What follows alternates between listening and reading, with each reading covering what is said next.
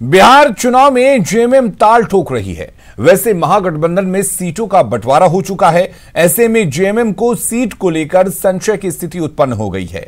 अब आरजेडी और कांग्रेस ही अपने हिस्से की कुछ सीटें देकर जेएमएम को एडजस्ट कर सकते हैं। वैसे जेएमएम ने 12 सीटों की डिमांड की है। वहीं जेएमएम की माने तो आरजेडी और कांग्रेस मिल बैठकर सीटों पर बात कर लेंगे। वहीं बीजेपी इस पर चुटकी ले रही है। के तहत ही हम चुनाव लड़ेंगे, लेकिन सीटों का कौन से सीट को में हमको लड़ना है, मुझे लगता है ये गठबंधन स्तर पर ये फैसला हो चुका है कि राजद तय कर ले और राजद जो फैसला करेगा, जो राजद के कोटे की सीटें मिली हैं उसमें से हम एडजस्ट होंगे। तो मैं तो पहले भी कह चुका हूँ कि कल मैं मिथिलेश ठाकुर जी का बयान देख रहा था कि सैकड़ों सीटों पर हमारी तैयारी है।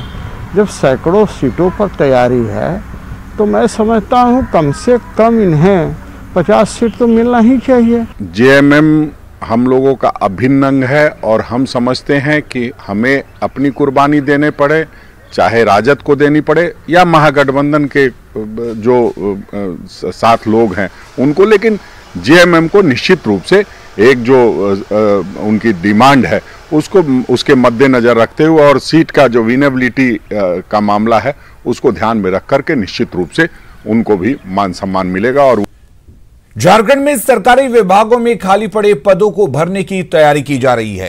कार्मिक विभाग ने वैसे सभी विभागों को 1 सप्ताह में रिक्तियां भेजने का निर्देश दिया है, जहां पद खाली पड़े हुए हैं।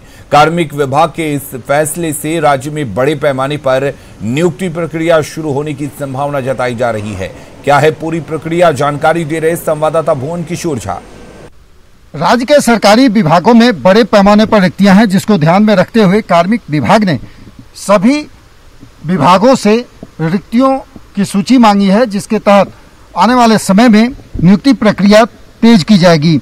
इसके अलावा जेपीएससी और जेएससीसी को भी यह निर्देश दिया गया है कि जितनी भी लंबित परीक्षाएं हैं उसमें स्पीड अप किया जाए, यानी कि सभी नियुक्ति प्रक्रिया को तेज किया जाए, जिसके तहत जो विभागों के कामकाज पर जो कर्मियों के अभाव के कारण से असर पड़ रहा है उसे दूर किया जाए।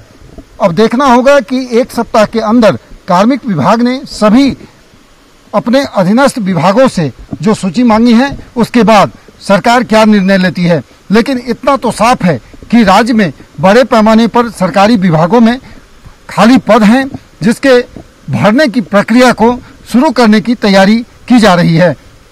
कैमरा पर्सन नलिन के साथ भुवन किशोर झा, न्यूज़ 18 रांची।